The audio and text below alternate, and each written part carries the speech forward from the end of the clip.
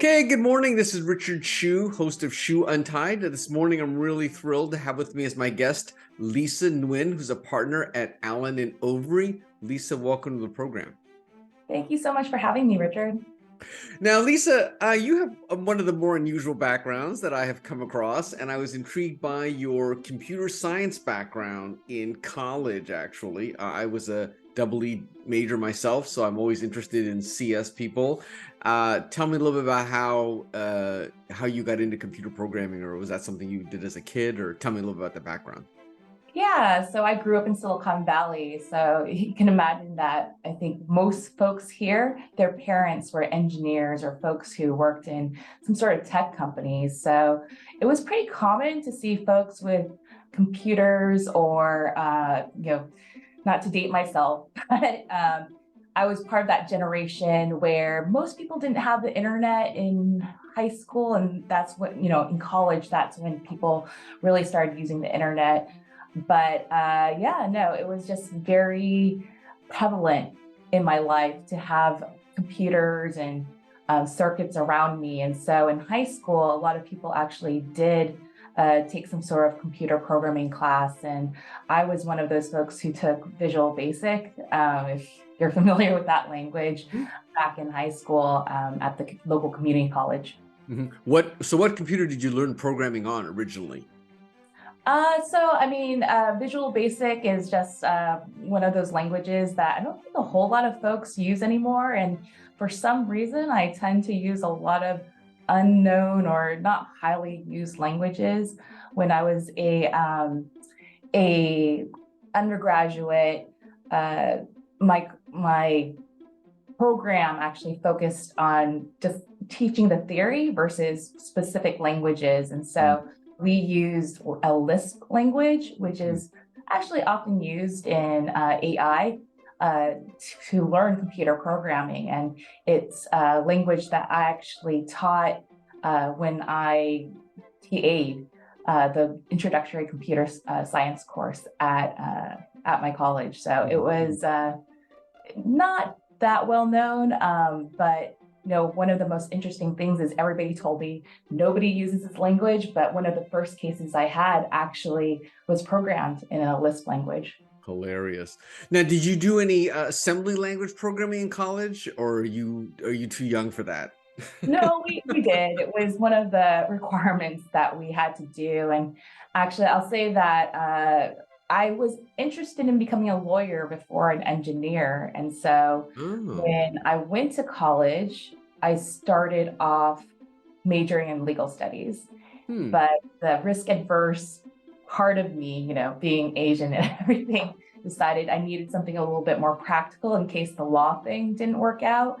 And so I actually first considered doing business administration, and one of the prerequisites was actually computer science. And so that's actually when I decided, you know what, I do really like computer science, and let me move forward with majoring in computer science. So did you end up doing a double major, or your major, your degrees in computer science? I have a double major, legal studies and computer science. So I actually did a weird mix of computer science and legal studies. So I did a lot of, web programming and things like that while I was in college. For example, I actually was the website administrator for our legal studies program. I also had this really strong interest in advocacy. And so I was part of the student advocate office that represented students in disputes with the university. And I also did some research for a professor who studied affirmative action and college admissions. So it was this weird combination of the two, but I actually think that a lot of technology is extremely important as in terms of advocacy and in terms of empowering people. It really provides you with the ability to, have the same level as a lot of people with powers. So to me, it's really important that people understand technology and are able to leverage the systems that are out there in order to do that. What was the thorniest computer science class you took in Berkeley? Oh gosh, for sure CS theory. So it's that combination of math and computer science and graph theory and understanding of all that, that's pretty challenging, right? To be able to take the algorithms that you've learned in, you know, basically, calculus and uh, different types of algebra and apply that to computer science theory. Did you ever take a class on, did you ever write a compiler? I did. I took Oh. compilers, I took logic design. I actually recently met somebody who worked at Xilinx back in the day. And he told me, you probably don't remember Xilinx or even know Xilinx. And I actually did use a Xilinx FPGA to program a CD player. So we actually took, I don't know if you remember the old CDE cables with the ribbons and whatnot. You would actually plug that into the FPGA, and we programmed it to actually play songs from a CD player and change the volume. So that was one of my favorite courses, actually, although I did burn my TA's hands because I put a capacitor in the wrong way. I'm sure you remember that. Interesting. Yeah, well, of course I remember that. I programmed an assembly language Intel 8088 chip. If you remember that, that was around the same time there was the Zilog and the Intel microprocessors. So you mentioned earlier that you were actually interested in law before you even went to college. What interested you in law from such an early age? So I was actually always really afraid of public speaking and using language. My parents are Vietnamese refugees, and so English was definitely not their first language. And so I was always concerned that my language skills and my verbal skills were not that strong. And when I was a freshman in high school, I actually had to go through this courtroom exercise, right? We had a, I don't know, some sort of assignment where we had to advocate for a position. And I actually loved it. It was the first time I felt really empowered to be able to advocate for my position. And I was able to see the power that could bring in, all sorts of areas. And so that really just intrigued me and empowered me. And so it's something that I decided that I wanted to do and going into college. So after you got this double major, CS and legal studies, what made you decide to actually go the legal route, or did you actually do something in computer science before making that decision? So, I mean, I did programming. Like I said, I was a web developer for a couple of different websites and whatnot, but I still wanted to do law. I still wanted to be a litigator. And so when I was looking at different law firms, I very much focused on the Valley. I was from the Valley and I love technology. And so looked at different firms around here and decided IP litigation was the way to go. Ultimately, I was intrigued by other types of litigation, but I realized that IP litigation really gives you that opportunity, particularly as a young associate, to do all the things that you wanted to do as a litigator. There's so many opportunities for discovery. The claim construction hearing is a really great opportunity for more junior litigators to argue in court. And there's something about technology that everyone seems interested in. A jury wants to understand how their phone works, how their computer works, how their car works. And one of my mentors, she always taught me that you want to be able to give them those tools. They may not be able to understand all the specifics of how a transistor works or how, you actually put together a chip. But if you can break it down into small pieces and give them very easy chunks to advocate, they feel so empowered to be able to convince each other that we're right. So it was really fun to be able to explain things to people and to look at these new technologies and really learn how industries developed. One of my first cases related to flash memory. And, the history behind flash memory is so fascinating because the foundational technology had been around for a really long time, but you really didn't see it take off until digital cameras took off. And so just seeing how, some people really were ahead of their time is just really fascinating to me. Mm-hmm. Now, I'm guessing you really enjoyed law school when you finally got there. Actually, the opposite. No, I Oh, didn't. really? So I actually didn't think law school was very practical. A lot of the Oh, interesting. classes, I think, Huh. I felt were a means to end, but the classes that I did enjoy were those really practical courses, right? Mm-hmm. How to do a litigation or uh, basically hands-on classes. Hmm. I went to the University of Chicago, and as I don't know, folks who are there might know, it's very theoretical. And so it might be the fact that I went to Chicago and, economics was applied to everything, economics and criminal law, economics and, everything. And so there was just a little bit too much theory, I think, in a lot of my courses. But I also took a criminal juvenile justice clinic, where I actually got to do a trial when I was a third year. And I put up an expert witness at that trial, and it was absolutely amazing. So I definitely, whenever I talk to young law students, recommend that they take a clinic.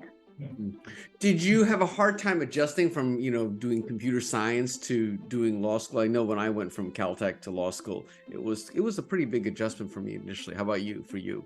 Yeah, I think, you have a lot of folks around you who are very intense and worried about their grades. And I think that coming from an environment where you actually worked a lot with a lot of people, right? When we put together a operating system in one of my classes, we worked as a team. It was a 4-person team. And so if you didn't do your part, if you didn't program correctly, whatever module you were assigned, everybody was going to get a bad grade. And so to me, that was a different pressure than law school, which was, you didn't study, you only hurt yourself. You didn't really hurt other people with respect to your grade. And so I actually found it a lot less stressful, but I think with everybody intensely stressed around me, it was certainly different than undergrad. Now, I'm sure you've obviously worked in a lot of areas of technology since you became a litigator. Give me a range of the kinds of stuff you worked on to give me a feel for that. Sure. So I've worked on graphics processors, but I've also worked on cases relating to suture anchors. So folks who need, replacement knees or something to help them with their shoulder, bioabsorbable suture anchors. So I think that was kind of my biggest kind of jump into life sciences, which was really more mechanical than I expected. And you actually could draw different things like information from construction, like concepts from construction for the suture anchors, which I found really interesting. But yeah, no, it's all sorts of different technologies. I've done gas containers, those, 5-liter gas cans, where they have devices in them that prevent explosions. And so I learned a lot about chemistry and how explosions work, actually, which I think I was part of that group of people, which makes me a little bit sad, that thought that, okay, gas itself is what combusts. But it's actually the air, right? Mixture of oxygen and fuel in the air that combusts, because the gas itself is actually too rich to combust. So that was a pretty fascinating case as well. But yeah, no, it's, the best thing about being a patent litigator and being an IP litigator is that you feel like you're an expert, right? I know how to litigate a patent case, but it's always new, right? The technology is always new. The issues are always new because you're always learning different aspects of a technology. What's the most complicated technology you've had to wrestle with as a lawyer? Uh, so cell phone technology is actually pretty complicated when you talk about the math that goes into it. Yeah. I remember that for one of my CDMA cases, so back before it was like 2G, right? We actually got a professor to come in and talk about the matrix math that you would apply in order to, I guess, develop the technology. And I just remember looking around, I'm like, I don't think this is the right audience, but it was very, very complicated. I think, yeah, the patents that we had were really intensely mathematical, and so that was pretty challenging. Do you think your clients appreciate the fact that you have a technical degree? Do you think that helps you at all in talking with them? I do. I've certainly found myself in situations where the clients have been talking to me at a very high level, and then I start slowly kind of describing different aspects of the technology, and they've been really impressed, where they've commented that it really allows them to talk about the innovation and novelty of the invention in a different way. Mm-hmm, mm-hmm. Well, have you ever thought about, obviously you've had a great career as a trial lawyer. Have you ever thought about doing something else? Maybe doing something actually in computer science, or maybe doing something in-house? Has that ever crossed your mind? My husband is a bioinformatician, so he actually programs most of the time. And at some point, he was just teasing me and saying I probably forgot how to program and all that. Uh-huh. And every year he does something called the Advent of Code, which is coding problem every day. Uh-huh. And so he challenged me actually to do that, and I got pretty far. So I was actually pretty pretty happy with myself.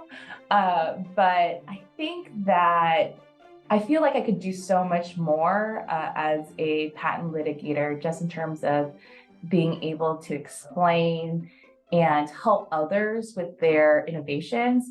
I myself, I think from a computer science perspective, I don't have the amazing ideas that a lot of these inventors have. And so I think that my skills are probably much more well used by protecting those innovations.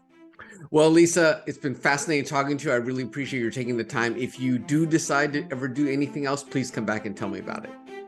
That sounds great. Thanks so much, Richard. This is Richard Hsu and Lisa Nguyen. Thanks.